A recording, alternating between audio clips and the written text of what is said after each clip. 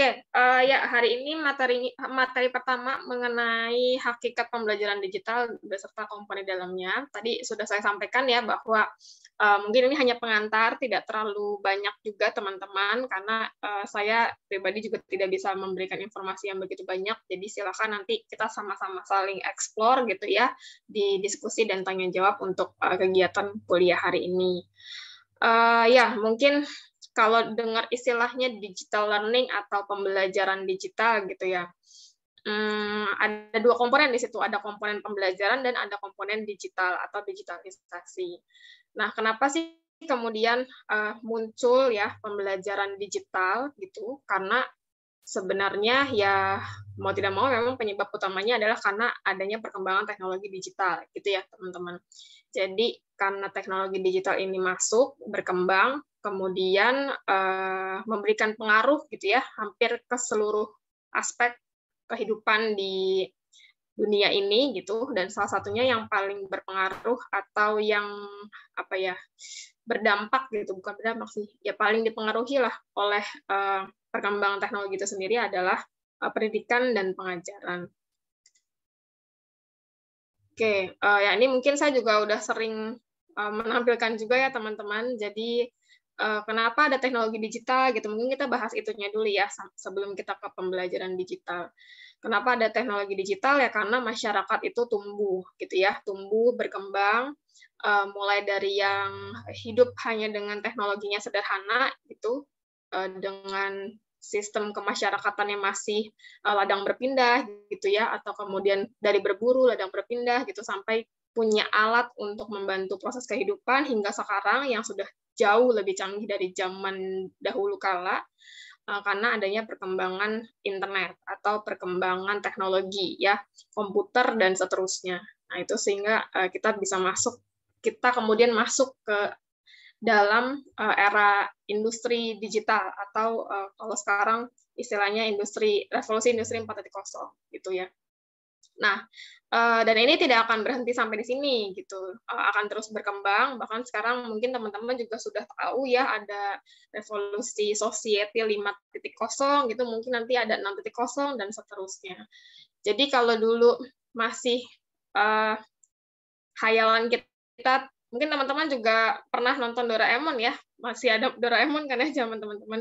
Zaman saya kecil dulu Doraemon, terus ada hayalan mobil terbang gitu ya, baling-baling bambu dan seterusnya. Mungkin di masa yang entah kapan hal itu akan terwujud gitu ya, karena sekarang juga mobil terbang udah banyak dan teknologi akan terus berkembang sampai ke titik kita yang nggak tahu gitu ya sampai kemana perkembangannya. Oke, jadi itu perkembangan teknologi memberikan pengaruh pada seluruh aspek tadi yang sudah disampaikan. Dan salah satunya yang dipengaruhi adalah aspek pendidikan dan pengajaran. Oke, ini kita skip aja. Ya, ini teknologi atau teknologi di teknologi di era digital, sorry. Ada tiga aspek ya yang memberikan yang mendapat pengaruh paling besar gitu dari adanya teknologi digital. Yang pertama adalah bidang ekonomi gitu, yang kedua adalah komunikasi, yang ketiga adalah pembelajaran dan pendidikan. Nah, kalau di bidang ekonomi mungkin kalau yang paling kelihatan jelas adalah sekarang ini kita belanja lebih mudah ya, teman-teman, ada platform online gitu. Teman-teman mungkin lebih pingin barang yang ada di luar negeri gitu, sekarang fasilitasnya lebih mudah gitu. Kita bisa beli barang yang ada di luar negeri atau di negara lain. Kenapa bisa seperti itu? Karena tadi teknologi masuk di dalamnya gitu ya, masuk di dalam kehidupan perekonomian. Sehingga teknologi digital ini sangat berpengaruh sekali nih. Kalau di sini sebutnya leading in massive change in economy. Jadi memimpin perkembangan, memimpin perubahan masif, perubahan besar dalam dunia ekonomi. Oke, karena ya itu. Soalnya apalagi sekarang ya di masa pandemi ini, kalau nggak ada teknologi mungkin akan lebih susah gitu ya untuk belanja dan sebagainya karena kita semua di rumah gitu. Dan berkat adanya teknologi, kegiatan beli dan menjual itu masih bisa, perdagangan itu masih bisa dilakukan gitu. Oke, itu yang pertama. Yang kedua di komunikasi. Nah, ini jelas. Komunikasi itu sangat dipengaruhi karena sosial media ya, banyak. Teman-teman mungkin yang punya, kalau dulu mungkin mencari teman dari negara lain itu susah ya. Kalau sekarang banyak platformnya gitu. Ada Facebook, ada YouTube mungkin, ada, kalau teman-teman anak gaul banget mungkin bisa ada Ome TV gitu ya, yang bisa kenalan sama native dari banyak negara gitu. Nah, itu salah satu platform yang menjembatani gitu. Jadi teknologi digital yang paling terasa berikutnya komunikasi. Sekarang buat nyari kenalan gitu ya, atau teman dari negara lain itu sangat gampang, dan komunikasi itu jadi mudah gitu ya, bukan hanya di dalam negeri maupun di luar negeri. Itu kalau dulu saya misalnya ya buat telepon keluar kota aja gitu, kita harus ke wartel. Teman-teman masih kenal wartel nggak ya? Zaman sekarang tuh kayaknya udah nggak ada wartel kan? Oh masih ya? Kalian masih tahu wartel ya? Pas SD kayaknya masih. Iya pas SD terakhir kali itu. Saya zaman SMA loh wartel itu, kalian zaman SD. SMP atau SMA ya? Itulah pokoknya. Wartel dulu ya, dan itu ngantri gitu. Kalau mau nelpon ke luar kota atau apalagi ke luar negeri gitu ya, ada jam-jamnya, nggak bisa langsung telepon dan nyambung, harus janjian dulu sama orang wartelnya buat, Pak saya besok mau nelpon misalnya ke saudara yang ada di mana gitu ya, di negara lain. Harus janjian dulu baru kemudian besok bisa telepon. Sekarang hanya dengan handphone gitu, dengan bantuan internet, langsung udah bisa video call, kelihatan wajahnya, malah ya tidak hanya kedengaran suara dan seterusnya. Jadi bersyukurlah ya, berterima kasihlah mungkin dengan yang menciptakan internet. Kalau teman-teman saya atau anak-anak buat saya dulu pernah bilang yang bikin internet tuh amal jariahnya bisa masuk surga tuh Bu gitu. Soalnya bisa memudahkan pekerjaan banyak.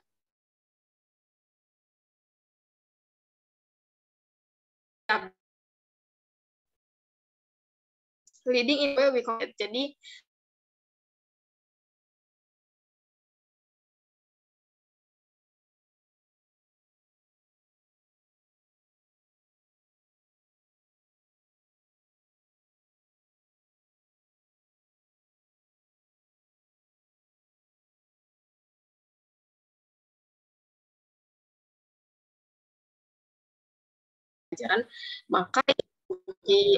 maka yang ditekankan adalah bagaimana teknologi itu dapat meningkatkan mutu dari proses pembelajaran itu sendiri.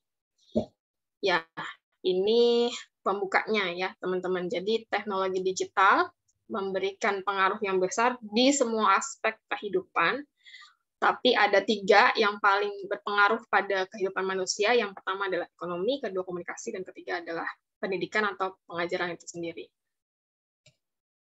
Oke. Nah, kenapa sih saya berangkatnya dari ngomongin digital ya? Itu karena kalau nggak ada digital, kita nggak akan belajar tentang pembelajaran digital gitu ya teman-teman. Jadi mungkin teman-teman perlu ada pengetahuan sedikit mengenai perkembangan digital itu sendiri dan kenapa sih kemudian ada pembelajaran digital. Nah, yang kedua, kalau kita ngomongin ekonomi tadi ya, ngomongin perkembangan dan seterusnya, pendidikan dan pembelajaran, sebenarnya ujung-ujungnya adalah ke lapangan pekerjaan, ya teman-teman ya. Jadi, dengan adanya perubahan teknologi tadi, itu membuat workplace atau tempat kerja atau lapangan pekerjaan itu menjadi berubah, adanya perubahan pada lapangan pekerjaan. Kalau sekarang itu, teman-teman pernah dengar nggak istilah pekerja intelektual? Knowledge-based workplace ya? Apa bahasa Inggrisnya? Knowledge-based knowledge-based worker, atau pekerja intelektual. Ada yang pernah dengar? Saya baru dengar. Baru dengar? Contohnya gimana, Bu? Contohnya gimana? Nah, saya mau tanya dulu teman-teman, udah pernah dengar atau belum? Pekerja intelektual. Belum. Oke, ini sekarang sebenarnya semenjak teknologi berkembang ya, ada di dunia pekerjaan itu muncul namanya pekerja intelektual atau bahasa Inggrisnya tadi knowledge based worker gitu. Nah, kayak apa sih pekerja intelektual? Pekerja intelektual itu adalah pekerja yang dipekerjakan untuk sesuatu yang dia tahu. Lah, apa terus bedanya sama yang lain ya gitu. Kalau zaman dulu sebelum pekerja intelektual, pekerja itu adalah orang yang dipekerjakan karena dia punya skill apa ya, gimana bedainnya? Skill yang bisa dilatih gitu. Contoh kalau kita bicara industri ya, misalnya di pabrik. Jadi orang-orang yang nggak punya intelek, maksudnya bukan nggak punya intelek, yang pengetahuan yang mungkin berbatas gitu ya, atau tidak cukup punya banyak pengetahuan, dia bisa kerja atau banyak dibutuhkan di industri untuk pekerjaan pabrikan gitu. Paham nggak maksudnya? Jadi yang skill-nya itu bisa dibentuk tanpa harus ada kemampuan intelektual. Nah, kalau sekarang orang-orang yang banyak dibutuhkan di dunia kerja itu adalah orang-orang yang punya intelektual. Gitu, makanya kemudian masalahnya adalah banyak S1 yang misalnya ya kerjanya hanya di yang dulu dipekerjakan untuk lulusan SMA gitu. Sekarang kan gitu ya permasalahannya. S1-nya udah terlalu banyak, jadi yang pekerjaan yang dulu diperuntukkan untuk SMA banyak diambil oleh sarjana-sarjana sekarang. Nah, itu salah satu dampak dari ini kemajuan teknologi yang mengakibatkan banyak dibutuhkan pekerja intelektual. Nah, pekerja intelektual itu sendiri, kalau ini kita lihat gambarnya ya, ini maksudnya adalah kan knowledge based component itu kan pengetahuan tadi ya, yang dimiliki oleh si pekerja intelektual. Untuk bidang-bidang seperti kesehatan ya dan edukasi, kemudian manufacturing, kemudian IT, media, entertainment. Nah, ini merupakan bidang-bidang pekerjaan yang paling banyak membutuhkan pekerjaan intelektual. Tapi untuk bagian seperti ini, retail, finansial, service, ya, jasa, nah itu pekerjaan yang tidak membutuhkan pekerja yang perlu intelektual tinggi, itu maksudnya. Paham ya, teman-teman? Nah, sekarang bidang-bidang seperti IT, media, entertainment, health, and education ini menjadi bidang-bidang yang paling banyak, gitu maksudnya paling banyak dibutuhkan untuk pekerjaan. Oke, kita ke slide berikutnya. Nah, kenapa? Karena sekarang yang saya bicarakan tadi, pekerja intelektual atau knowledge-based worker itu adalah mereka yang biasanya bekerja di small companies. Ini yang kemudian banyak muncul startup itu loh. Paham ya? Jadi mereka yang punya kemampuan, karena biasanya pekerja intelektual itu golongan orang-orang seperti programmer gitu, guru, pengacara, dokter, kemudian konten kreator ya kayak YouTuber dan seterusnya, itu dia masuk kepada pekerja intelektual. Jadi tadi ya bidangnya entertainment, IT, media, healthy, dan education. Nah, orang-orang ini yang sekarang paling banyak dibutuhkan di dunia kerja gitu. Dan biasanya untuk yang di bidang media, IT tadi ya, mereka cenderung untuk membuat bisnis sendiri, sehingga muncullah kemudian startup ya, perusahaan startup yang sekarang ini banyak sekali itu, dan biasanya mereka hanya small companies. Jadi di dalam satu perusahaan itu paling hanya 10 orang gitu ya. Atau saya dulu pernah punya teman, dia timnya itu hanya bertiga. Jadi administrasi mereka ngurus sendiri ya. Kemudian untuk kerjaan IT-nya mereka juga ngurus sendiri. Kemudian marketingnya mereka ngurus sendiri. Jadi ketiga orang itu ya kerja untuk satu perusahaan CV atau PT-nya gitu. Oke. Nah, itu ya biasanya small companies, kemudian sometimes mereka tuh punya bisnis sendiri ya, jadi bosnya sendiri gitu. Makanya nggak heran kalau sekarang itu pekerjaan-pekerjaan seperti yang tadi ya, content konten kreator, YouTuber itu jadi banyak karena memang generasi teman-teman yang sudah digital ini ya sudah paradigmanya tuh sudah terpatri bahwa saya adalah seorang pekerja intelektual gitu yang tidak mau biasanya kalau secara psikis ya yang lebih senang untuk bekerja sesuai dengan ritmenya sendiri, nggak suka gitu ya namanya masuk ke kantor terus misalnya harus tepat peraturan ya kerja jam 8 pulang jam 5 dan seterusnya gitu. Oke, itu tentang pekerja intelektual yang knowledge based worker. Kenapa kita bahas ini? Karena kita bahas digital tadi ya. Karena adanya digital, makanya kebutuhan pasar pun menjadi berubah, kebutuhan pasar terhadap tenaga kerja jadi berubah, dan pastinya kita sebagai pendidik harus berusaha untuk memenuhi kebutuhan pasar tadi. Paham ya teman-teman ya, relasinya gitu. Teman-teman sebagai guru nanti harus bisa memberikan pembelajaran yang mengarah pada tadi menciptakan lulusan-lulusan yang bisa menjadi pekerja intelektual, karena sekarang memang sudah zamannya seperti itu. Oke, ini nanti bisa dibaca sendiri ya, knowledge based worker itu seperti apa kriterianya. Kita nggak terlalu bahas ini, karena yang kita bahas adalah ke skill abad digitalnya. Oke.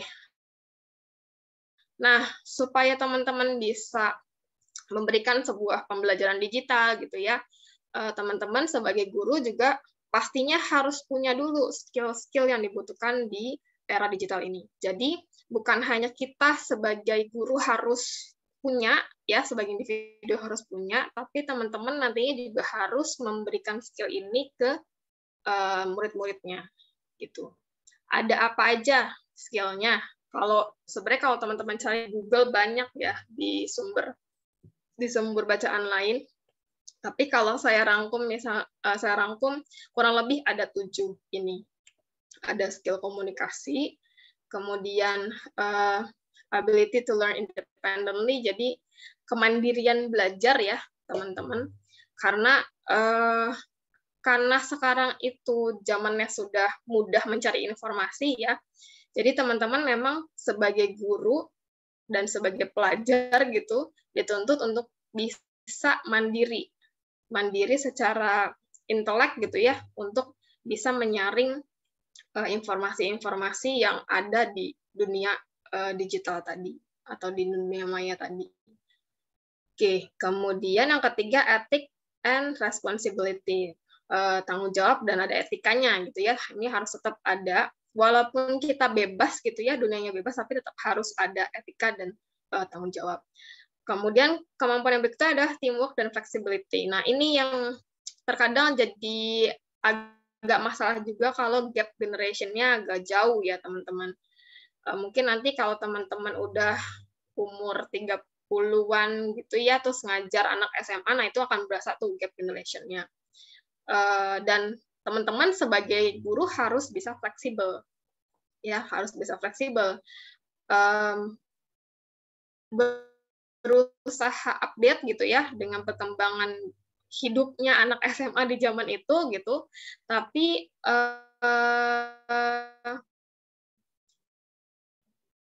bukan dengan kehidupan anak SMA di sana. Kalau saya biasanya suka ngomongnya berusaha untuk masuk ke dunianya mereka gitu supaya lebih mudah untuk bisa memberikan pendekatan dalam pembelajaran. Oke, jadi guru jangan kaku-kaku banget gitu ya, walaupun nanti misalnya teknologinya udah lebih canggih lagi atau misalnya sangat beda sekali gitu ya budayanya, tapi harus bisa fleksibel. Kita harus punya pemikiran bahwa mungkin memang zaman sekarang seperti itu dan kita berusaha untuk bisa memahami dan beradaptasi dengan perkembangan zaman tadi. Oke. Tuh, yang kelima adalah thinking skill. Nah, ini mungkin sebagian kecil dari thinking skill yang harus teman-teman punya sebagai seorang pengajar di era digital gitu. Ini yang paling penting saja yang saya masukkan ada critical thinking, problem solving, creativity, originality, dan strategizing. Critical thinking mungkin teman-teman juga sudah paham ya. Jadi saat di dunia sekarang yang tadi ya harus banyak belajar mandiri, Nah, berarti teman-teman harus bisa mengkritisi nih informasi yang didapat itu benar atau enggak gitu ya, dari sumber yang dipercaya atau enggak gitu, dan seterusnya. Makanya kemampuan critical thinking ini menjadi hal yang sangat penting dan harus dimiliki oleh guru ataupun nanti oleh siswa.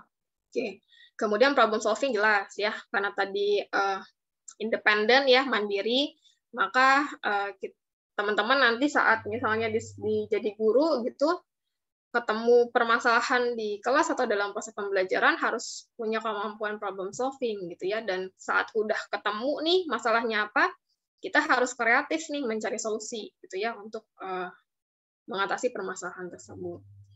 Oke, yang berikutnya ada digital skill. Udah jelas ya, namanya juga teknologi digital, berarti teman-teman juga harus bisa punya skill untuk digitalnya tersebut, teknologinya tersebut lah gitu ya. Kalau misalnya udah agak repot, makin tua tuh biasanya emang makin males ya buat ngikutin perkembangan zaman, tapi sebagai guru memang kewajibannya harus adaptasi dengan perkembangan zaman tersebut. Terakhir adalah knowledge management. Nah ini ya, ilmunya juga harus di-update tadi, kemudian harus di-manage gitu. Jadi kalau guru sekarang itu sebenarnya tugasnya mudah-mudah gampang, mudah-mudah sulit, sorry. Mudahnya adalah karena informasinya sudah tersebar dimanapun ya, teman-teman. Jadi mau sekali browsing aja keluar jurnal dari berbagai macam tempat dan dari berbagai macam negara gitu. Murid juga bisa langsung mengakses informasi dengan mudah gitu ya. Kalau zaman saya dulu ada satu guru SMA saya, guru fisika. Dulu kan susah banget tuh ya fisika. Dia ngasih soal gitu. Untuk mencari jawabannya itu saya harus ngubek-ngubek buku di perpustakaan. Kita nggak bisa tuh kayak sekarang yang ada aplikasi tinggal masukin foto gitu ya, kemudian muncul jawabannya, nggak ada. Zaman dulu tuh nyari di Google juga belum banyak ya, internet juga belum terlalu banyak. Jadi memang benar-benar harus ke toko buku atau ke perpustakaan untuk cari solusi dari masalah tersebut gitu. Nah, kalau sekarang kan sudah mudah ya, udah gampang gitu nyarinya. Nah, guru itu sebenarnya tinggal memfasilitasi dan menjadi konten kreator tadi. Jadi meng-create sebuah konten yang sesuai dengan KD atau tujuan pembelajaran yang akan diberikan. Gitu. Itu sebenarnya tugasnya itu. Jadi tidak dilepas gitu aja siswanya, melainkan diarahkan gitu ya untuk mengakses konten-konten yang memang sesuai dengan dengan kompetensi yang memang akan dicapai. Itu ya. Jadi gimana sih kemudian cara kita untuk mendevelop ya, mengembangkan skill-skill yang tadi sebagai seorang guru atau sebagai seorang peserta didik ya, kan teman-teman juga jadi pembelajar dan jadi pengajar gitu. Yang pertama, saat teman-teman jadi guru, teman-teman merancang sebuah pembelajaran yang teman-teman rancang itu harus relate dengan konteks kehidupan sehari-harinya si siswa. Gitu. Karena saat mereka merasa itu relate ya, relatif konteks spesifik terhadap kehidupan mereka sehari-hari, maka murid kita tuh akan ngerasa pembelajaran yang teman-teman kasih sebagai guru itu jadi bermakna buat hidup mereka, gitu ya. Jadi kita bisa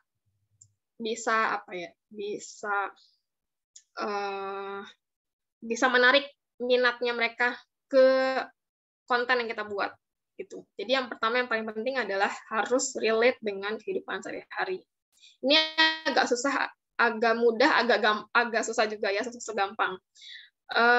Kenapa? Karena kalau di biologi itu kadang mungkin yang mudah itu di bagian materi sistem ya teman-teman, karena mereka sebagai individu kan juga bernafas gitu ya, terus kemudian makan, minum dan seterusnya, itu mungkin akan mudah. Tapi saat menerangkan materi mengenai misalnya ekosistem, mungkin ekosistem masih mudah juga, seperti misalnya biokimianya gitu ya, proses-proses yang ada di dalamnya. Nah, itu mungkin yang perlu perhatian lebih gimana teman-teman bisa muter otak untuk mencari relate-nya sama kehidupan mereka sehari-hari itu apa sih pentingnya gitu ya. Kenapa sih kemudian kita harus belajar biokimia gitu. Kenapa sih kita kemudian harus belajar respirasi sel ya dengan segala macam ribet reaksi kimia dan seterusnya. Kenapa? Supaya tadi jadi kita secara langsung juga mendevelop, mengembangkan cara berpikir kritis, problem solving, dan kreatifnya siswa itu juga dengan konten kita yang relate sama kehidupan sehari-hari. Gitu. Yang berikutnya, teman-teman nanti kalau jadi guru harus bisa juga, bukan harus bisa ya, diharapkan memberikan pembelajaran yang praktis gitu ya, karena si siswa itu butuh praktek, bukan hanya teorinya. Dan selain itu harus bisa memberikan feedback. Jadi kalau saya sering membicarakan atau sering ngomongin ke teman-teman yang lain gitu ya, teman-teman harus bisa ngasih teman-teman saat ngasih tugas itu harus diukur dengan kemampuan teman-teman sendiri gitu ya. Jangan kerjanya ngasih tugas tapi nggak dikoreksi gitu misalnya ya. Terus misalnya setiap hari ada PR tapi tidak ada feedback dan seterusnya. Nah, karena feedback ini menjadi hal yang sangat penting untuk peserta didik atau untuk siswa. Karena saat mereka tidak dapat feedback dari apa yang sudah mereka kerjakan, bukan hanya akan menurunkan motivasi mereka dalam belajar, tapi juga sebenarnya itu jadi nggak ada check and recheck-nya ya, teman-teman. Apa yang sudah mereka kerjakan, mereka nggak tahu itu sudah benar atau salah. Gitu. Jadi teman-teman sebagai guru, dua hal ya, harus ada praktisnya, harus ada feedback-nya. Itu yang ketiga.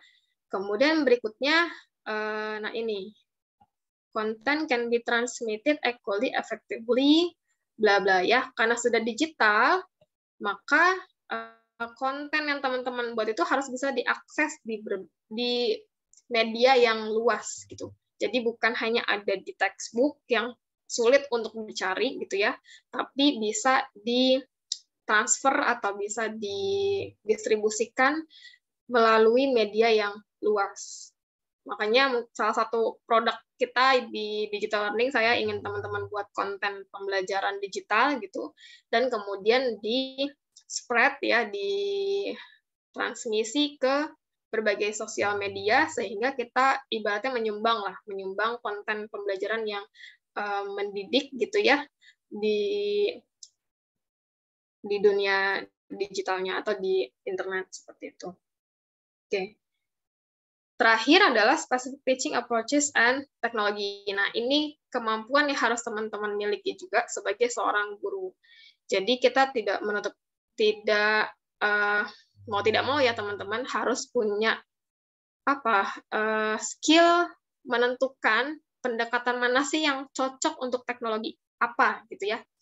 Contoh misalnya kalau teman-teman pakai problem based learning gitu.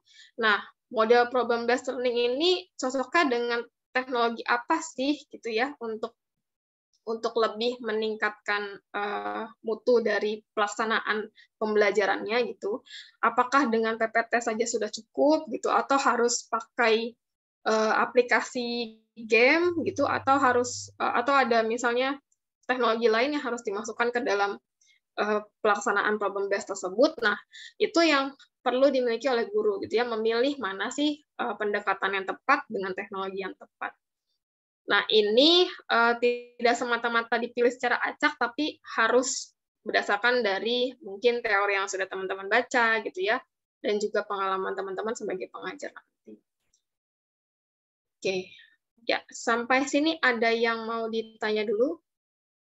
Tadi kita masih bahas digital itu ya, teman-teman, kenapa kemudian ada pembelajaran digital, dan seterusnya. Saya ingin bertanya, Bu. Ya.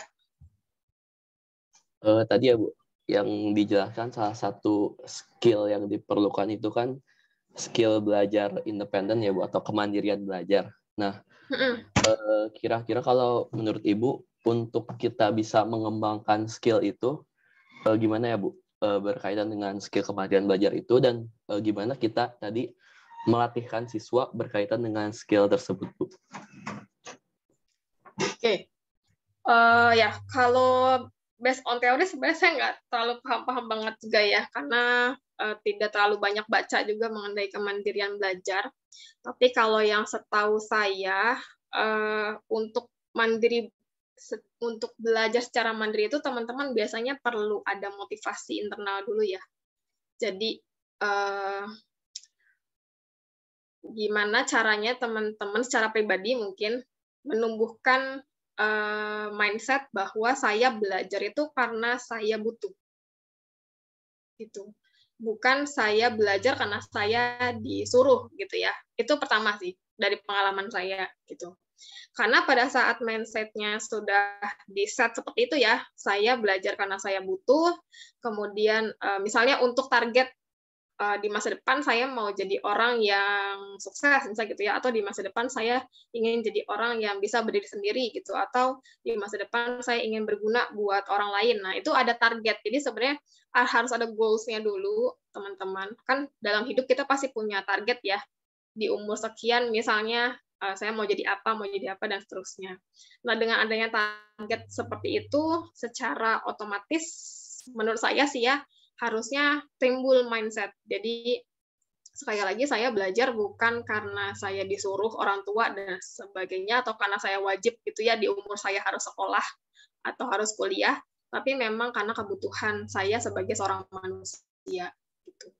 Karena ingat pendidikan belajar itu dari yang tidak bisa jadi bisa gitu kan ya. Jadi karena prinsipnya itu ya kita harus saat kita mau bisa A, berarti kita harus belajar gitu. Mungkin itu kalau secara pribadi ya tips dari saya. Kalau secara teori saya nggak terlalu paham juga, itu ada teorinya. Mungkin nanti Abi bisa searching juga, kemandirian belajar itu ada variabelnya sendiri. Secara teori dia banyak diteliti juga. Jadi kalau ke siswa, kita sebagai guru nanti, nah itu teman-teman harus bisa membentuk mindset itu sehingga motivasi internal siswa itu jadi tumbuh. Jadi mereka itu belajar sama teman-teman bukan karena memang wajib ya di sekolah, tapi memang karena senang, karena memang pengen dapat ilmu. Itu yang sekarang mungkin agak berkurang ya, teman-teman. Kenapa? Karena sistem pendidikan kita masih dalam tanda kutip menilai dengan angka, ya kan ya. Jadi dan guru-guru juga cenderung mengajar materi gitu. Jadi terkadang hal-hal filosofis yang pentingnya itu malah tidak tersampaikan. Nah, mungkin nanti teman-teman kalau sudah sadar ya pentingnya itu, karena kalau kita tilik dari pesannya Ki Hajar Dewantara saja, zaman dulu ya, beliau sudah bilang bahwa pendidikan itu tujuannya hanya satu, memerdekakan manusia kalau saat dulu ya, dan tujuan itu pendidikan ya. Dan tujuannya apa memerdekakan manusia? Karena manusia itu harus selamat dan bahagia kan kalau menurut beliau. Jadi kalau teman-teman bisa menanamkan prinsip filosofis itu ke siswa gitu ya, dengan cara yang lebih mudah pastinya, tidak dengan yang bahasa yang susah gitu. Kalau kalian belajar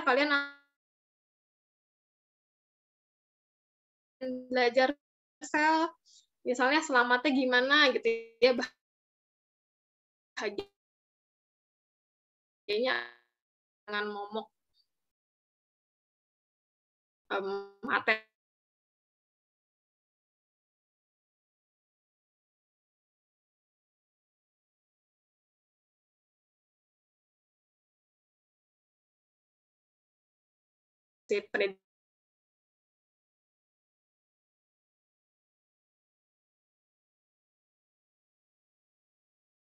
Mungkin pendapatnya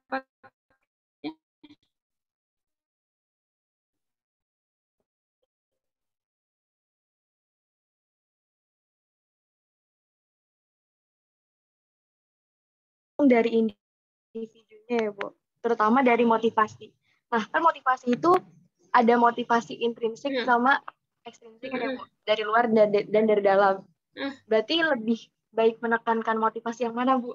Karena saya sendiri perlu juga gitu ya, motivasi ekstrinsik gitu ya, diajak orang lah gitu ya. Kayak misalnya saya lagi menjalankan project gitu ya, Bu, untuk bikin startup gitu, berkaitan juga sama digital learning ya, bareng teman-teman di UNJ gitu, dan dari beda-beda fakultas. Itu kan pasti kan dari saya sendiri, saya merasa awalnya kalau pakai motivasi intrinsik, saya merasa nggak mampu gitu, Bu, apalagi harus punya lingkungan yang baru dan berbeda gitu ya. Kalau dulu mungkin teman saya di FMIPA ya masih pendidikan biologi, kimia gitu-gitu. Nah sekarang saya merasa motivasi ekstrinsik itu sangat diperlukan juga gitu ya. Gimana orang-orang luar tuh mendorong saya untuk lebih maju dan lebih berani untuk mengambil suatu tindakan. Seperti itu, Bu. Ya, betul. Ya, jadi selain dari motivasi ekstrinsik jelas mempengaruhi ya. Oleh karenanya, kalau kita sebagai individu, mungkin kalau saya membahasakannya, carilah lingkungan yang memang baik ya untuk pengembangan diri teman-teman gitu.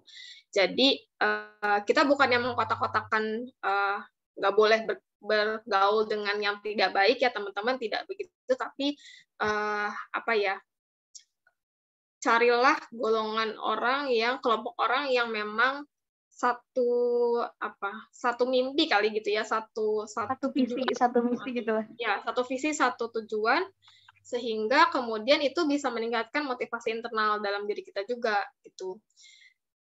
Ya contoh nggak usah jauh-jauh deh, saya pribadi gitu ya, saya suka belajar, saya suka dengan satu hal gitu ya, mungkin teman-teman juga udah tahu lah, saya suka dengan itu, kemudian saya belajar bahasanya, dan saya ketemu orang-orang yang satu frekuensi sama saya, misalnya gitu ya. Nah, itu jadi motivasi baik gitu buat saya, karena saya ketemu sama orang-orang yang ternyata tidak hanya memandang hobi itu sebagai kesenangan semata saja, tapi jadi edukasi ya. Saya jadi punya skill bahasa tambahan gitu, saya jadi punya lingkungan lingkungan yang luas gitu ya. Saya kenal banyak orang, saya kenal banyak profesi, kemudian nah itu jadi pengetahuan bagi saya juga. Nah, teman-teman sebagai guru memang harus gitu ya. Maksudnya bukan harus, emang harus sih ya. Itu yang namanya memperbesar koneksi ya, teman-teman. Jadi bukan hanya bergaul di MIPA saja gitu, tapi ya memang harus begitu, harus bergaul dengan banyak orang. Makanya kemudian ada organisasi ya. Terus misalnya kalau teman-teman yang agak mungkin yang kurang minat sama politik, organisasi, BEM dan seterusnya, bisa ke kelompok studi gitu yang memang cari pengalaman dan kesadaran untuk mencari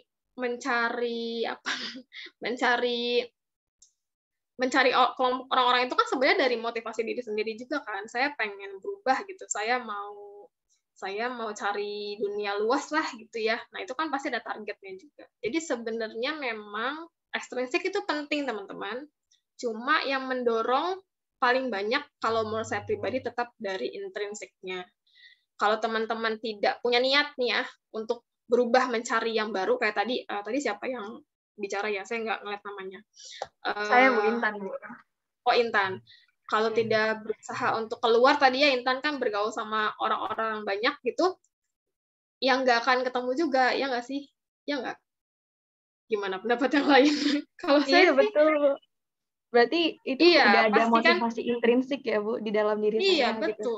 Jadi kita bergaul sama orang gitu ya, mencoba keluar itu karena memang ada motivasi intrinsik, walaupun cuma sedikit ya teman-teman. Tapi saat teman-teman punya mimpi gitu ya, punya keinginan, punya cita-cita, nah itu jadi motivasi teman-teman untuk saya mau mencapai ini nih, sehingga saya harus gimana gitu ya. Nah, salah satu caranya mungkin harus keluar, memperluas koneksi dan seterusnya. Gitu. Dan pada saat ketemu lingkungan yang tepat, itu bisa jadi motivasi ekstrinsik buat teman-teman. Dorongan lebih ya, bahwa oh ternyata saya di sini jadi lebih ngelihat dunia lebih luas ya, dan seterusnya. Gitu. Silakan ada yang mau menambahkan mungkin.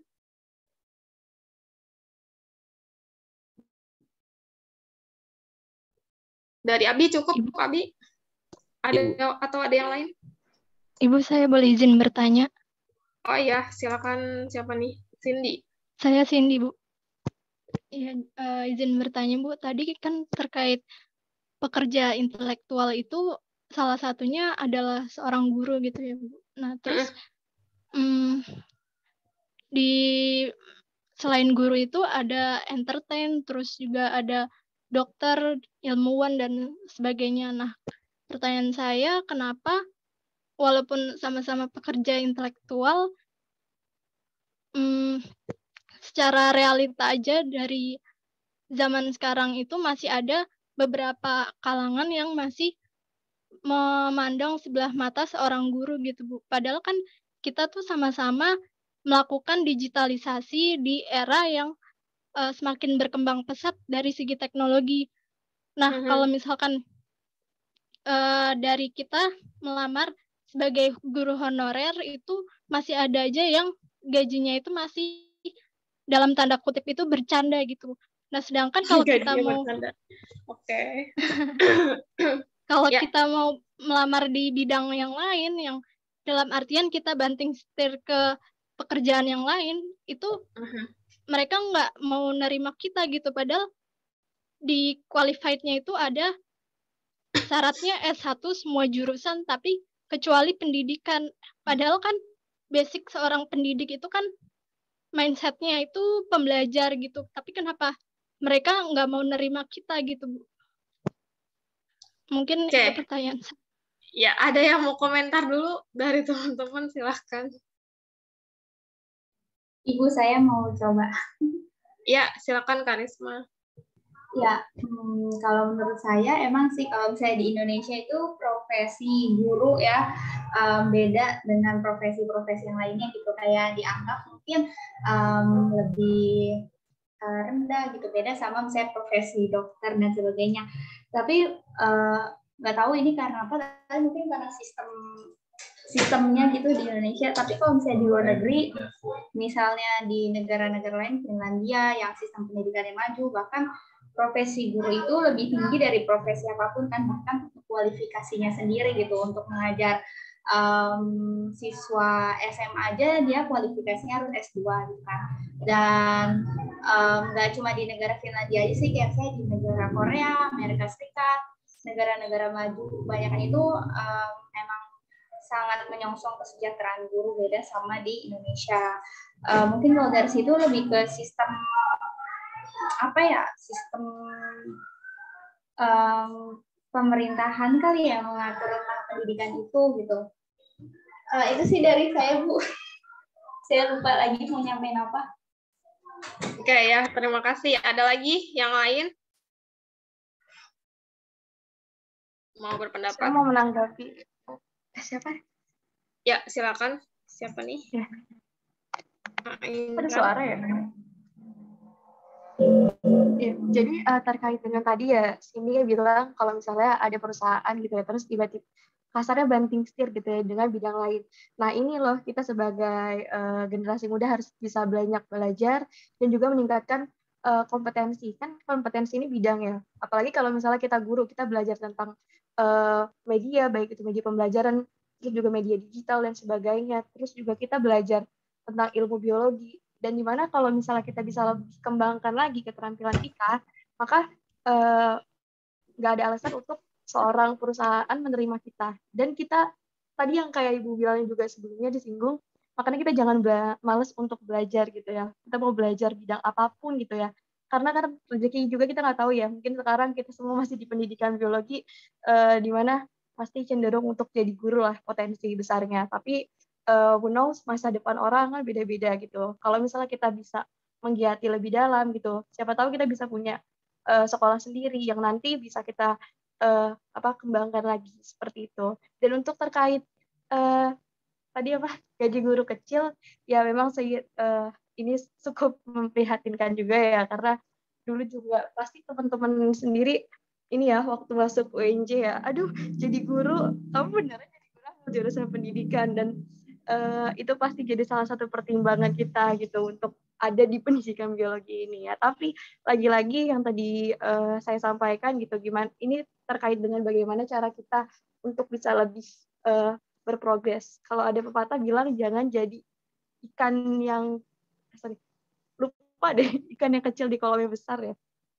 Apa kebalik ya? Ya seperti itu. Itu sih, Bu. Ya, ya mungkin pembahasan kita agak melebar ya teman-teman. Tapi nggak apa-apa ya.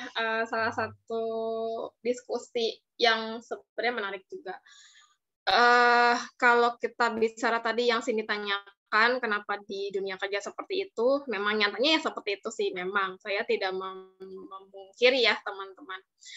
Tapi kalau ditanya kenapa, sebenarnya ada dua ya.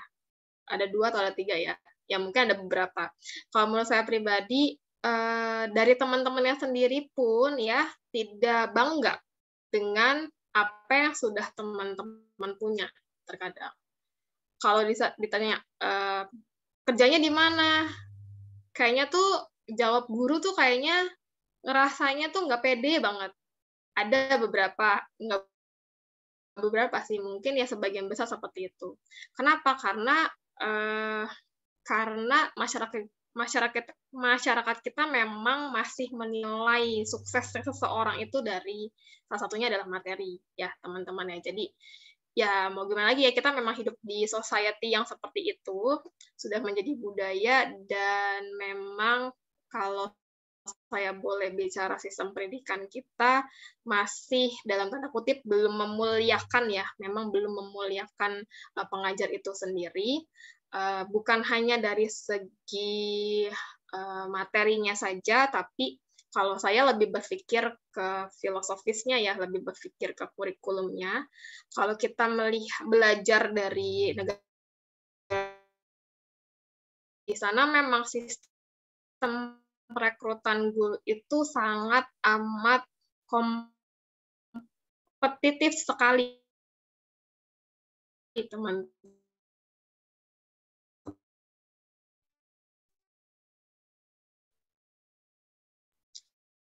Jadi toko buku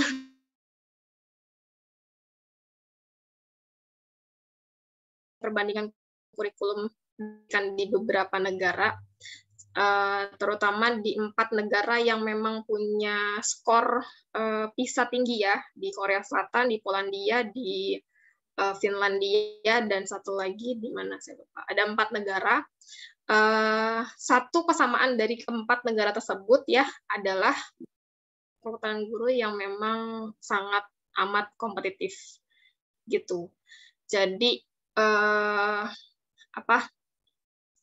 untuk orang bisa jadi guru itu bukan hal yang mudah gitu ya, harus melalui banyak seleksi, dan pada saat memang orang-orang terpilih gitu ya yang masuk menjadi seorang guru, pastinya pandangan masyarakat kepada profesi itu menjadi lebih tinggi gitu sih ya teman-teman prinsipnya. Jadi karena sekarang di kita di Indonesia mungkin belum ada sistem perekrutan yang seperti itu gitu ya, bahkan cenderung mungkin kalau bisa dibilang yang masuk ke pendidikan yang gagal masuk di 3 universitas terkemuka di Indonesia gitu ya misalnya, ya itu jadi wajar saja kalau ada momok kemudian kurang bangga ibaratnya gitu ya, kurang bangga untuk mengemban profesi tersebut. Nah, tapi kita nggak boleh kemudian jadi putus asa ya teman-teman ya. Justru dari teman-teman yang tadi masukan dari jawabannya siapa tadi ya, ada 2 orang teman yang sudah berpendapat. Saat memang masyarakatnya seperti itu, teman-teman yang berprofesi sebagai guru juga tidak boleh malah jadinya makin ngedrop ya, ngedown gitu. Karena tadi saat teman-teman apresiasi diri sendiri, kemudian berusaha untuk mengembangkan skill dan kompetensi yang teman-teman punya dengan cara tadi ya banyak bergaul di luar, kemudian tidak malas belajar, terus update ilmu dan kompetensi serta skill, saya yakin orang-orang di perusahaan atau di tempat lain yang notabene tadi Cindy bilang mungkin tidak menerima, akan menerima kok gitu. Dan jangan lupa teman-teman, gini, pada saat kalian melamar pekerjaan itu kan yang harus kalian lakukan ada promosi diri ya. Nah, saat teman-teman punya banyak hal untuk dipromosikan, saya yakin kok pasti akan diterima gitu ya, walaupun mungkin di perusahaan yang bukan pendidikan. Karena kakak kelas kita juga banyak kok yang seperti itu ya, teman-teman yang kemudian banting setir tidak mengajar, tapi kemudian bekerja di tempat lain yang notabene mungkin ada yang masih berhubungan sama pendidikan, ada yang tidak. Mereka punya skill di bidang lain gitu. Oleh karenanya teman-teman, karena masih muda nih, mahasiswa kan ya masih banyak eksplor, masih bisa banyak eksplor di bidang lain. Nah, itu harus ditingkatkan gitu. Kemudian pada saat nanti jadi guru pun jangan jadi guru yang standar ya, teman-teman. Kalau dulu saya pernah dapat nasihat dari almarhum Bu Ernawati, salah satu dosen di pendidikan biologi juga. Saya dulu pernah mengajar di salah satu SMA yang notabene agak kurang ya teman-teman dalam segi fasilitas. Kemudian beliau tanya, kamu ngajar di mana sekarang gitu ya. Terus saya bilang di sini Bu, tapi sekolah biasa gitu. Saya bilang gitu.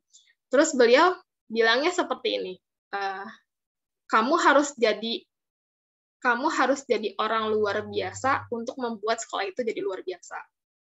Gitu. Jadi beliau tuh kayak, ya kamu jangan nyerah sama keadaan dong, gitu kan kamu lulusan pendidikan biologi UNJ gitu ya, guru yang emang udah kualitasnya bagus gitu, ibaratnya semua orang tahu kalau udah lulusan UNJ itu pasti gurunya bagus.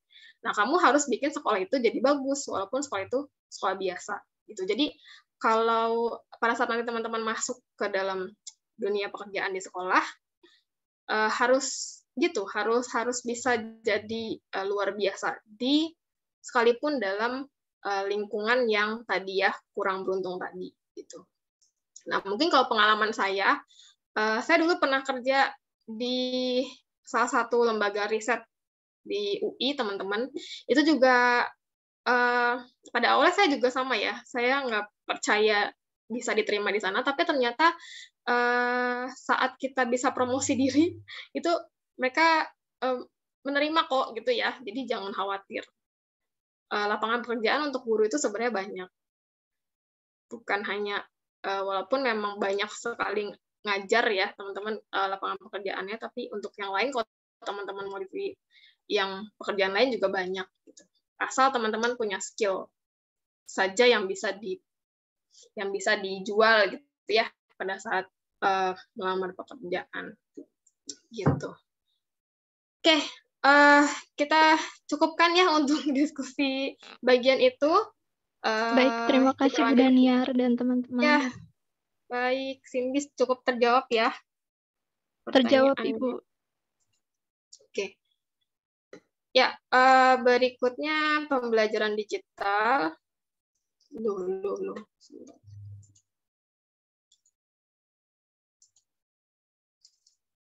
Oke, ya kalau kita kemudian dari digital kemudian ke pembelajaran digital, nah pembelajaran digital ini juga sudah sering saya tampilkan ya diagram ini. Sebenarnya pembelajaran digital itu sudah mulai sejak lama ya teman-teman kalau di belahan dunia lain. Sejak tahun 90 sebenarnya istilah e-learning, blended learning, ya virtual classroom dan seterusnya itu sudah ada karena komputer itu teknologi internet itu sebenarnya sudah berkembang sejak tahun 90-an. Tapi mungkin perkembangan ya, pesatnya perkembangan teknologi tidak sama antara satu negara dengan negara lain, sehingga mungkin kalau di Indonesia baru-baru ini ya, apalagi karena dipercepat dengan pandemi, sehingga kita kenal sekarang yang namanya e-learning, kemudian pembelajaran virtual gitu ya, blended learning, dan media-media pembelajaran yang lain yang berhubungan dengan digitalisasi. Oke, jadi apa sih pembelajaran digital ya? Kalau secara arti sebenarnya kegiatan belajar mengajar yang dilakukan dengan memanfaatkan teknologi digital baik sebagai alat, media, ataupun sumber belajar yang dapat diakses kapanpun dan dimanapun. Gitu ya. Jadi kata kuncinya menggunakan teknologi digital mau sebagai alat, media, ataupun sumber belajar dan bisa diakses kapanpun dan dimanapun. Nah, kalau teman-teman sudah misalnya menggunakan media ya dengan media digital, pakai video digital atau animasi digital gitu ya sebagai medianya, Nah, itu sebenarnya teman-teman sudah melakukan pembelajaran digital secara kontennya ya, secara kontennya. Atau kalau misalnya teman-teman pakai blended learning gitu ya, online learning dengan bantuan video conference seperti ini, seperti yang sekarang kita lakukan, berarti teman-teman sudah melakukan pembelajaran digital dalam segi prosesnya gitu ya. Jadi ada berbagai macam jenisnya, ada yang diproses, ada yang di alat, di media, atau di sumber belajar. Yang pasti harus dapat diakses kapanpun dan dimanapun, gitu. Dengan bantuan tadi ya, internet dan seterusnya. Oke, ini videonya apa ya?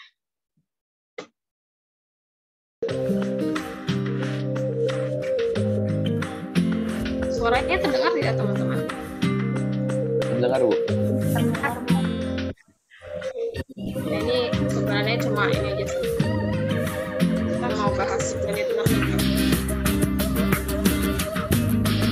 The format and delivery of education has remained largely unchanged over the last 100 years since the Industrial Revolution. And the gap between the skills that the traditional education system was designed to give students is becoming more and more distant from the skills that students really need to obtain in order to be successful in the digital era.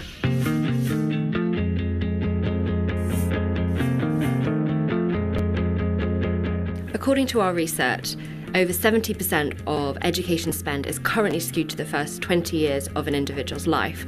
We think that as the rise in automation and technology in the workplace increases, that will also drive an increase in the need to reskill and upskill throughout one's career, shifting that education spend from being so concentrated in the early years of someone's life across the length of an individual's career.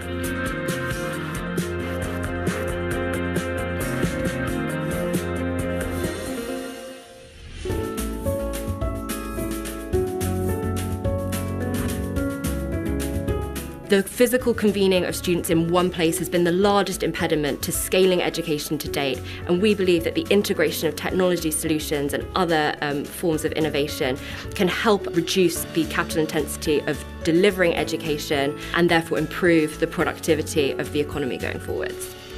One of the ways that we've looked at doing that is through blended learning techniques, incorporating a part of online instruction into the way that education is delivered and giving the student control over the time, pace, and place that they receive education.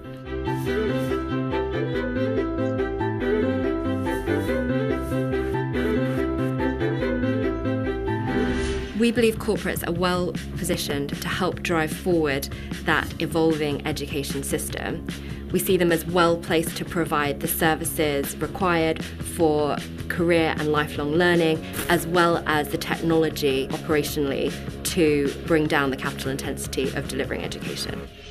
We think that we're right at the cusp of seeing the integration of technology significantly disrupt the way that education is delivered and the costs at which education can be provided. Oke, ya itu intermezzo saja teman-teman tentang perkembangan dari pembelajaran digital ya. Salah satu modelnya yang sering dipakai adalah blended learning. Ya blended learning ini sendiri kalau dari penelitiannya tadi mungkin di videonya juga sudah bisa dilihat, dia model ini bisa berdasarkan penelitian ya bisa mengurangi cost dari pendidikan itu sendiri sebanyak 20-30%. Dan kalau tadi dari video mungkin teman-teman juga sudah bahwa penelitian sekarang itu banyak ke arah lifelong learning ya teman-teman tadi, karena saat ini sepertiga dari, kalau tadi di video ya, sepertiga dari occupation, pekerjaan itu akan berubah menjadi lain. Tadi kita sudah sempat bicara juga ya tentang pekerja intelektual dan teknologi digital tadi. Ya tadi ya, sepertiga dari pekerjaan yang ada sekarang ini itu bisa hilang gitu dan diganti dengan pekerjaan baru. Mungkin teman-teman juga sudah tadi kita sempat diskusi juga ya, konten kreator, YouTuber itu sekarang jadi lebih banyak peminatnya gitu ya dibandingkan dengan pekerjaan-pekerjaan kantoran lainnya. Itu salah satu dampak positif entah negatif saya juga belum tahu yang timbul dari adanya kemajuan teknologi. Nah, kemudian kalau dalam bidang pendidikan tadi ya, risetnya di lifelong learning, pembelajaran sepanjang masa gitu, dan yang kedua tentang bagaimana menggunakan teknologi itu dalam pembelajaran ya, salah satunya adalah tadi blended learning. Bagaimana teknologi itu bisa berperan dalam mengurangi biaya pendidikan ya, salah satunya adalah dengan blended learning. Tadi diteliti bahwa ternyata saat menggunakan blended learning itu kita bisa mengurangi biaya pendidikan sebesar 20-30%. Oleh karenanya sekarang kalau di dunia di Amerika sana atau di negara-negara lain itu mungkin sudah lebih banyak blended learning karena memang materi itu bisa diberikan pada saat secara asinkronus gitu teman-teman, dan pada saat di kampus itu mereka tinggal tanya jawab, diskusi dan seterusnya gitu. Itu salah satu ya tentang blended learning. Ya. Jadi apa sih potensinya ya? Seberapa besar sih potensi dari pembelajaran digital? Tentu sangat besar ya potensinya saat ini.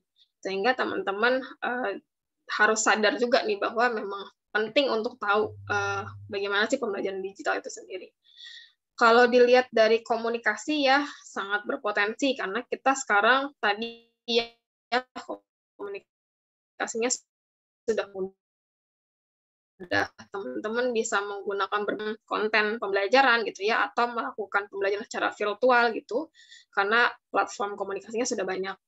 Potensi lainnya yang menjadikan pembelajaran digital itu mungkin ya berkembang pesat adalah potensi dari informasi. Ya, kita udah singgung juga tadi, informasi sudah begitu banyak ada di dunia maya, teman-teman bisa akses, kemudian murid juga bisa akses sebagai sumber belajar, hanya tugas guru lah yang kemudian berperan sebagai fasilitator ya, meng-create mana yang memang tepat untuk mencapai kompetensi yang diinginkan. Kemudian potensi yang ketiga adalah potensi pendidikan dan pembelajaran. Ya ini tadi ya, kalau kita lihat dari pendidikan dan pembelajaran khususnya, sekarang ini sudah banyak sekali perangkat lunak atau platform yang mendukung pembelajaran digital. Salah satunya ya mungkin ini Zoom ya, kemudian ada MOOC, ada MOOC ya, MOOCs itu yang sudah banyak dibuat. Kalau di Indonesia sendiri yang paling populer itu LMS ya, LMS Moodle dan seterusnya, itu sudah banyak jenisnya juga sebenarnya dan bisa teman-teman manfaatkan. Jadi pembelajaran digital ini sangat berpotensi sekali gitu ya untuk bisa dikembangkan secara pesat ke depannya. Nah, kalau kita bicara fungsi, pembelajaran digital sebenarnya berperan hanya sebagai suplemen, komplement, dan substitusi ya, teman-teman. Dia bukan sebagai pembelajaran inti. Kenapa? Karena, balik lagi, walaupun ada teknologi, kita tidak bisa menggantikan yang namanya peran dari guru itu sendiri di dalam kelas. Kenapa? Karena pada saat teman-teman bertemu tatap muka, penilaian guru terhadap attitude gitu ya, kemudian role modelingnya guru di depan siswa itu tidak bisa digantikan dengan pembelajaran digital. Oleh karenanya sekarang kan isu-isu yang timbul ya sejak kita online terus seperti ini karena pandemi, isu-isu yang timbul mungkin saya pernah cerita juga di salah satu acara, ada well-being gitu ya, sama learning loss. Karena tadi kita nggak ketemu di tatap muka, gitu, pasti beda ya komunikasi tatap muka dengan komunikasi secara digital seperti ini. Oleh karenanya pembelajaran digital secanggih apapun peran guru di sekolah, gitu. Jadi ada tuh kalau dulu saya di penelitian kedokteran itu ada statementnya bahwa secanggih-canggihnya AI, ya artificial intelligence, dan secanggih-canggihnya komputer tidak akan bisa menggantikan peran dari dokter untuk pasien. Gitu. Jadi sebenarnya teman-teman yang berprofesi sebagai guru harusnya bangga juga nih, karena pekerjaan teman-teman tidak bisa digantikan oleh mesin. Gitu. Tadi ya mungkin yang ada agak motivasinya rendah menjadi guru gitu, bisa mulai membanggakan diri karena pekerjaan-pekerjaan seperti teman-teman ya, guru, dokter, kemudian yang berhubungan tadi pekerjaan intelektual itu perannya tidak bisa digantikan oleh mesin. Beda halnya kalau yang berkaitan dengan ekonomi gitu ya, industri, nah itu bisa digantikan robot dan seterusnya. Tapi nah ini balik lagi ke sini ya. Jadi pembelajaran digital itu fungsinya hanya sebagai suplemen, komplement dan substitusi, bukan sebagai pembelajaran inti ya, sebagai tambahan, pelengkap dan pengganti saja. Gitu. Karena tadi sekali lagi teknologi secanggih apapun pasti berbatas. Gitu. Kemudian ya ini mungkin teman-teman juga sudah sering melihat gambarnya. Ini yang disebut dengan tadi ya blended learning, menggabungkan antara pembelajaran tatap muka dengan pembelajaran digital. Gitu. Ada digitalnya bisa e-learning, bisa mobile learning, bisa gamification, bisa digital badging, bisa online assessment ya. Kalau yang face to face ya ini contoh-contohnya.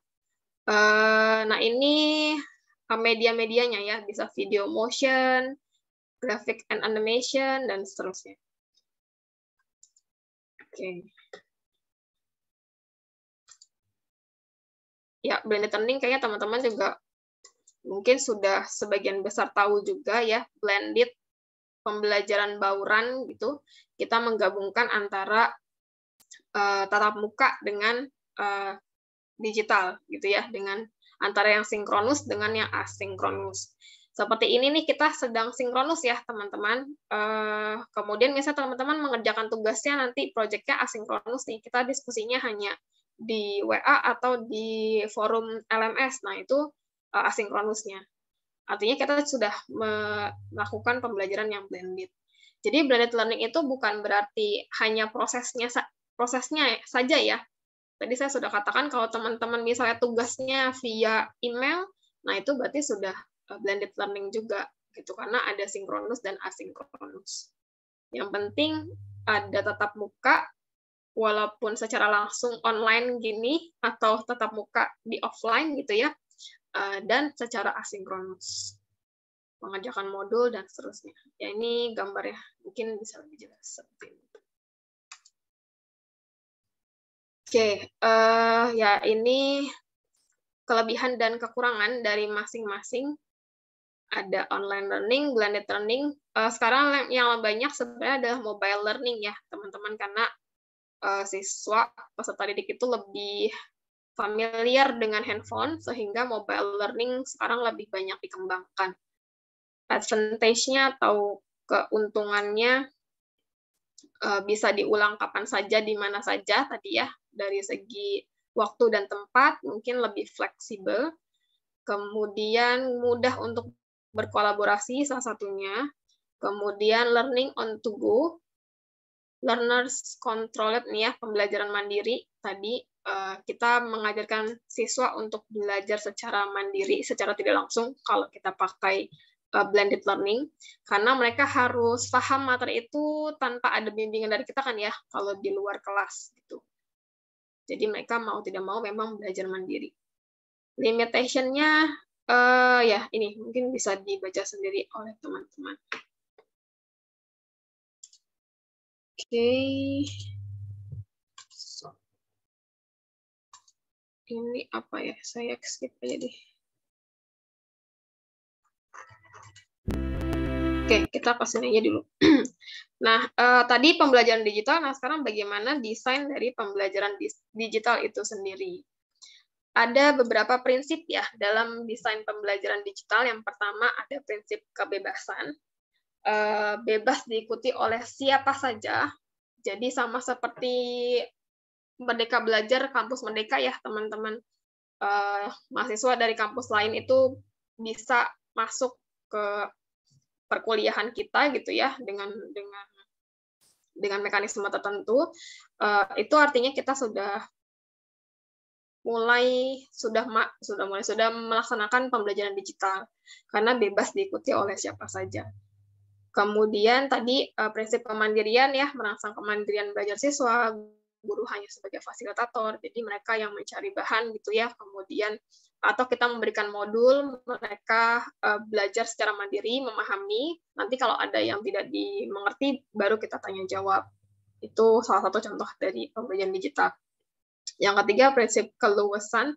Tadi fleksibel ya, teman-teman, mengatur jadwal kegiatan dan seterusnya. Prinsip kekinian, ya ini sudah jelas ya karena kita pakai teknologi digital. Prinsip mobilitas tadi, memungkinkan pembelajaran bisa dimanapun, karena bisa diakses kapanpun dan dimanapun. Dan prinsip efisiensi, harus tepat guna juga ya. Jadi kembali lagi kalau teman-teman merancang pembelajaran digital, teman-teman perlu tahu dulu nih kapasitas sarana-prasarana yang dimiliki oleh siswa teman-teman seperti apa.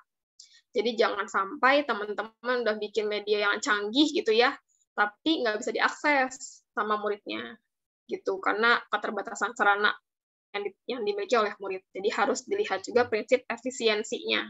Apakah media pembelajaran yang kita buat itu bisa diakses oleh murid-murid kita gitu ya, atau bisa di-play misalnya di sekolah gitu. Jadi harus diperhatikan juga analisis kebutuhan juga dan analisis sarana di awal sebelum teman-teman merancang pembelajaran digital. Itu kemudian ini. Kemudian apa sih peran pengajar ya dalam pembelajaran digital? Tadi sudah kita sering sebutkan juga sebagai fasilitator, sebagai penyaring informasi, kemudian sebagai konten kreator. Ya, ini peran dari guru atau pengajar dalam pembelajaran digital. Jadi bukan lagi guru sebagai sumber ilmu, sumber pengetahuan, tapi guru sebagai fasilitator atau konten kreator yang menyaring informasi sesuai dengan kompetensi yang memang diminta. Oke, itu kemudian ya ini kompetensi tadi hampir sama. Kalau tadi di digitalisasinya ya teman-teman, kalau ini lebih ke kompetensi teman-teman sebagai seorang guru ya, kompetensi pedagogik dan profesionalnya. Ada mampu untuk merancang dan mengorganisasi pembelajaran, kemudian keterampilan menjelaskan ya, baik secara verbal ataupun non-verbal, bahasa tulisan, bahasa bicara, itu speaking. Kemudian kerjasama tadi sama dengan yang sebelumnya, keterampilan strategi, bertanya, dan seterusnya, pedagogi, sampai ke tadi ya, keterampilan menggunakan teknologi atau keterampilan digitalnya. Saya rasa hampir sama tadi.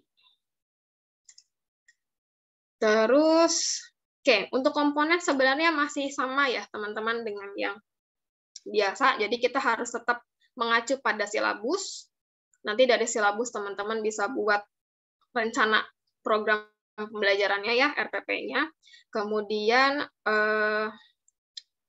orientasi harus ada tujuan pembelajarannya tentunya ya teman-teman yang dituangkan dalam RPP-nya. Harus ada materi pembelajaran. Nah, mungkin yang agak beda komponennya itu ada di kalender dan sitemap. Kenapa harus ada kalender? Biasanya pembelajaran digital itu kan dimasukkan ke dalam platform ya, teman-teman. Nah, di sana rencana pembelajaran teman-teman harus benar-benar sudah tertuang gitu. Jadi siswa itu bisa lihat, oh di minggu ini saya ada materi tentang ini gitu ya. Sudah di-set kalendernya di masing-masing kelasnya gitu. Kalau teman-teman di LMS kan ada tuh ya untuk setting materi minggu ini apa, tanggal berapa, mengumpulkan tugasnya, due date-nya kapan gitu ya, dan seterusnya. Nah, itu yang beda dengan pembelajaran tatap muka atau pembelajaran yang belum ada digitalnya. Karena di sini perencanaannya memang harus sudah diberitahu di awal gitu ya, secara sistematis gitu. Kalender dan sitemap-nya. Nah, sitemap ini maksudnya kalau di dalam LMS itu teman-teman misalnya taruh insert link insert link dari sumber bacaan lain ya. Nah, itu sudah tertuang di sana. Jadi sumber-sumber belajar itu sudah dipetakan di sana semua. Gitu. Jadi siswa itu sudah terarahkan untuk mengakses semua komponen sumber belajar di LMS atau di platform yang teman-teman pakai. Itu poin tambahannya ya, komponen lain yang hanya ada di pembelajaran digital. Kalau yang lainnya sama, kita silabus, RPP ya, penilaian, evaluasi, dan seterusnya itu pasti ada.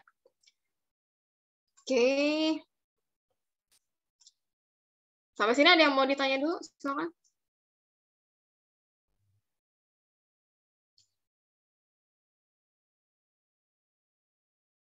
Belum ada? Kalau dari saya belum ada, Bu. Ya. Oke, saya lanjut ya. Berikutnya, untuk desain pembelajaran digital sendiri, ini apa ya, kayak semacam karakteristiknya seperti itu. Jadi harus ada course management tools-nya. Jadi teman-teman harus punya kelas virtual online-nya atau virtual kelasnya dulu kalau mau buat pembelajaran digital. Boleh pakai LMS tadi, boleh pakai platform apapun ya. Dan itu sudah didesain. Sudah ada tadi ya sitemap, kemudian ada kalendernya dan seterusnya. Nah, ini kemudian course planning and organizing. Nah, ini harus sudah masuk ke dalam course management tools-nya tadi. Terus konten-kontennya gitu ya. Kalau bisa using interactive teaching dan learning strategies.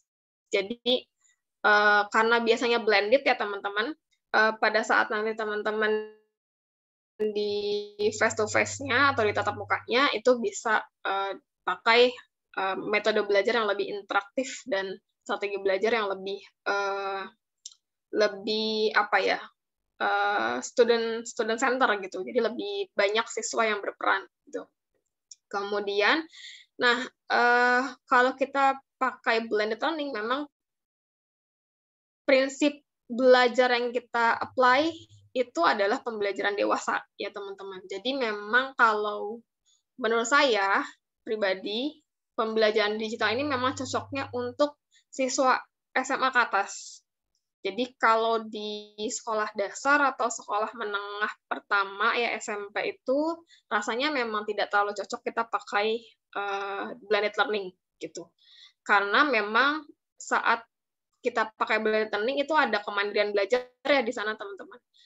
Nah, kemandirian belajar itu mungkin akan lebih optimal kalau diterapkan di pembelajaran orang dewasa, khususnya pada SMA atau kuliah gitu ya, atau di jenjang pendidikan tinggi gitu. Kemudian self directing salah satunya ya, student center harus student center pastinya. Dan nah ini assessment-nya teman-teman. Kalau teman-teman pakai membuat desain pembelajaran digital, assessment-nya atau evaluasinya saya sarankan tidak pakai evaluasi yang misalnya soal pilihan ganda gitu ya, atau soal esai. Soal esai mungkin boleh-boleh saja sih, tapi memang lebih disarankan assessment-nya itu yang autentik. Jadi misalnya portofolio gitu ya, kemudian project based. Jadi teman-teman bikin sesuatu terus nanti produknya itu yang dinilai. Nah, itu lebih bagus untuk pembelajaran, untuk desain pembelajaran digital yang blended learning gitu. Kemudian ya kalau digital learning harus ada teknologi ya, orientation, digital orientation dan teknologi training. Dan ya ini providing information about appropriate instructor for learner support. Jadi harus ada apa ya, konten atau informasi digital yang memadai gitu untuk pembelajaran digital tersebut. Oke, masih ada nggak ya? Ya, ini tadi sudah sempat dibahas. Salah satu strategi pembelajaran digital itu harus meaningful learning ya. Ada salah satu strategi pembelajaran namanya meaningful learning, atau kalau di Indonesia pembelajaran bermakna. Nah, ini salah satu contoh dari meaningful learning, pembelajaran bermakna, strategi ya teman-teman, strategi. Jadi bisa pakai icebreaker di awal pembukaan gitu ya, pembukaan pembelajaran. Kemudian misalnya pelaksanaannya pakai student expedition, jadi siswanya disebar dalam kelompok, kemudian dibuat memecahkan permasalahan atau buat project tertentu gitu ya. Terus bisa pakai peer-to-peer, berpasangan dua-dua gitu. Kemudian satu pertemuan misalnya ada streaming expert, jadi datangkan ahlinya gitu ya. Contoh misalnya teman-teman lagi mengajar tentang ekosistem gitu ya. Terus misalnya datengin pembicara dari luar yang ahli di bidang misalnya tentang tata kota gitu, yang lebih relate sama kehidupan sehari-hari dan seterusnya. Dan ini beberapa strategi yang bisa dipakai untuk pembelajaran digital.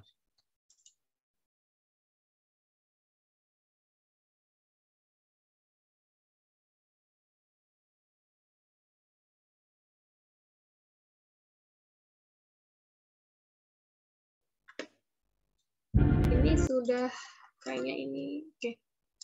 Sudah selesai pemaparan dari saya, mungkin itu kurang lebihnya. Ini videonya mau ditonton kah? Ini video motivasi aja sih teman-teman. Once upon a time, business as usual was often good enough. No more. Where we are going, good enough is dead. In a world where everything is connected, where everything is equally excellent, where performance is reaching perfection, there's only one space left to innovate in: you.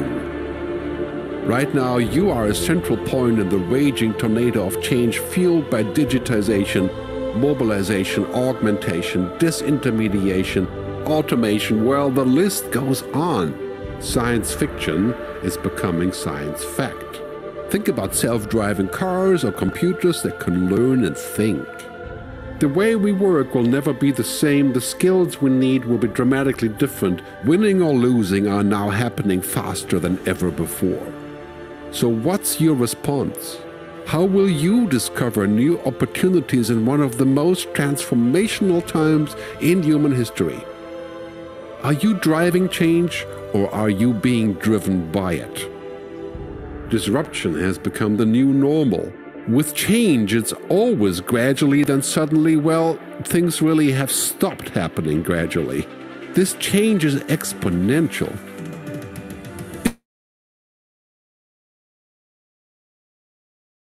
Is now wired and intelligent. Cars, cities, ports, farms, even our bodies will be wired with sensors and will talk to each other. These game changers are also combinatorial. They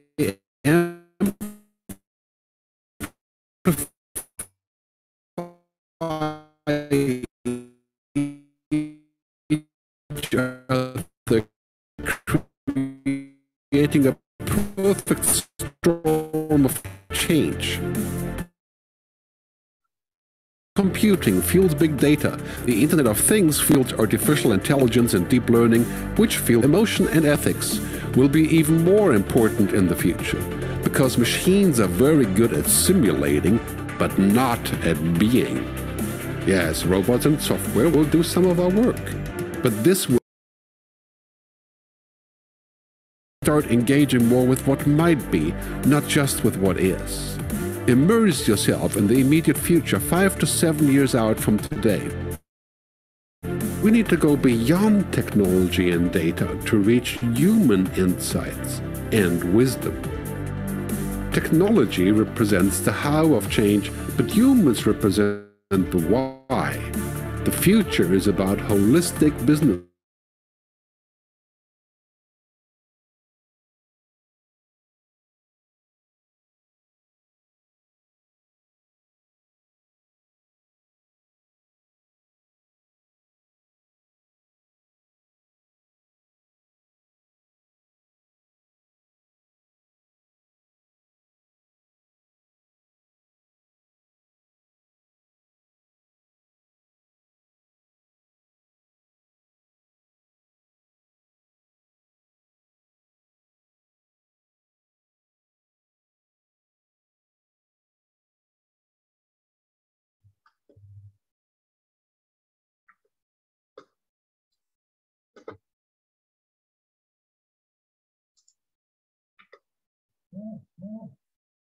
Silakan, masih ada sampai jam berapa?